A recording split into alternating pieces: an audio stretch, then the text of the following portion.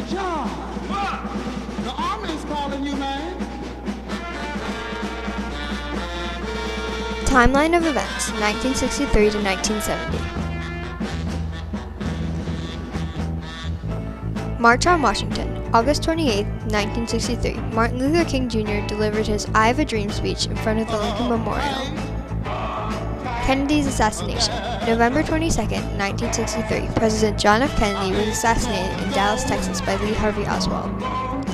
U.S. participation in the Vietnam War escalated. On February 7, 1965, United States airplanes began bombing North Vietnamese military targets. NOW is formed. On June 30, 1966, the National Organization for Women is formed.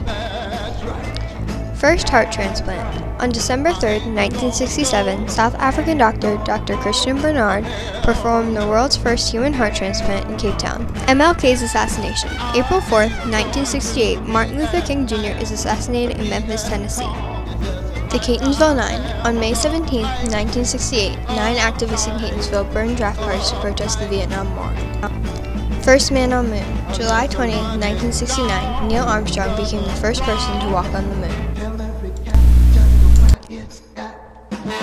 I've had enough of a Charlie stuff. If he messes with me, I'm gonna get rough. Mim Quaid is the daughter of Mary Murphy, who was the head of the draft board during the Catonsville Nine protest. Although her mother was the head of the draft board, Miss Quaid disagreed with the war and participated in many protests throughout Baltimore City. W. Birch Harmon, my grandfather, was generous enough to give his time to be interviewed for my project.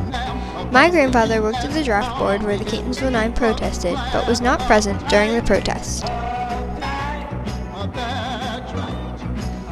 The Vietnam War was a brutal war in which the United States took part in trying to annihilate the spread of communism. The cruelty and pointlessness of the war in Vietnam prompted many citizens to protest, unlike any previous wars. One of the most significant protests during the Vietnam era was the Catonsville Nine.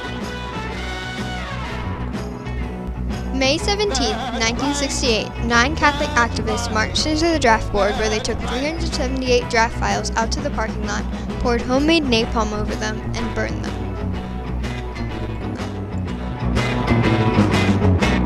I ain't gonna go. I ain't gonna go. Hell no. Hell no. I ain't gonna go. I ain't gonna go. Hell no. Hell no. Hey, John. What? The Army sent me another due, man. Are you going, brother? Hell no.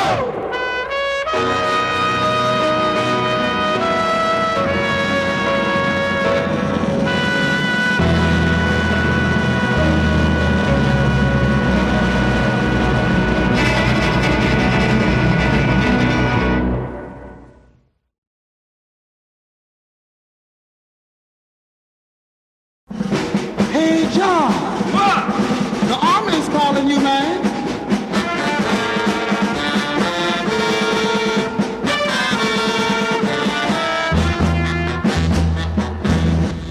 The Nine made no effort to avoid arrest. They planned to be charged and stand trial in order to publicly spell out their political views and encourage increased awareness regarding the injustices of the war. That's right. The Catonsville Nine were tried in federal court in October of 1968. The protesters' defense attorney was William Knutzler, a well-known legal icon from the time period. The Nine submitted to being arrested and used their trial to initiate conversations and deep discussions regarding their opinions of the war, imperialism, poverty, and injustice. In the end, they were found guilty of destruction of U.S. property, selective service files, and interference with the Selective Service Act of 1967. They were each sentenced to serve between 2.5 to 3 years in prison. During the trial, there was a week of protests and demonstrations on the streets of Baltimore. These were the largest and most vehement protests seen in the city during the Vietnam era. These activists were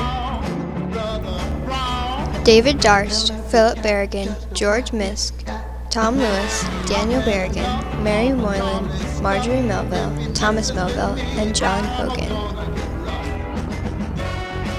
The brothers Philip and Daniel Berrigan were the leaders of the group. Thesis question. Was the anti-war protest of the Catonsville Nine effective despite all 9 protesters having been brought to trial and convicted? The Catonsville Nine was an extremely significant anti-war protest, with all 9 of the protesters being Catholic, 3 of whom were Catholic priests. The group's use of napalm was symbolic of the barbarity of the war in Vietnam, and the protesters hoped to save lives rather than take lives using their napalm. The Catholic participants, their symbolic use of napalm, and the group's peaceful submission to being arrested made this protest unique from others during the Vietnam era, and in some cases proved to be more effective.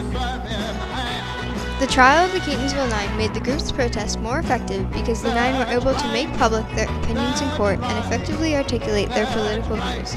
Above is a picture of their lawyer, William Nelson. During the time of the Catonsville Nine, the Catholic Society was changing greatly. Vatican II had just been created, and priests began to hold Mass in the language of the country and not in Latin, which most Catholics didn't understand.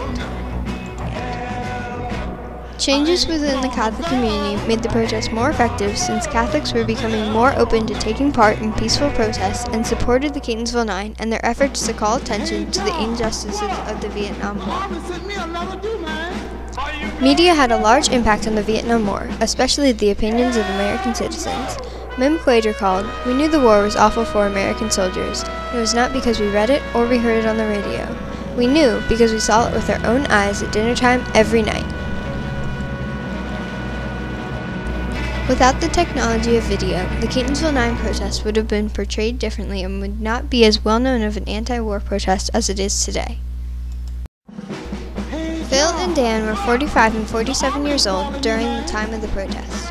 Since these protesters were older, they may have influenced other middle-aged people to protest, demonstrating that young people were not the only ones to be impacted by the United States' involvement in the war. The Catonsville Nine action was very radical for the time. The raid formed a new type of peace protest. The action caused more resistance to the draft in Catholic number groups over the years, including the Milwaukee 14 and the New York 8. The fact that many protesters were influenced by the Nine and groups of protesters copied their ideas illustrates how effective and widely admired they became. Conclusion. Although all 9 of the protest participants were later brought to trial and convicted, the Catonsville Nine protest proved effective in achieving their goal of convincing some Americans that the war in Vietnam should not continue. Hell no.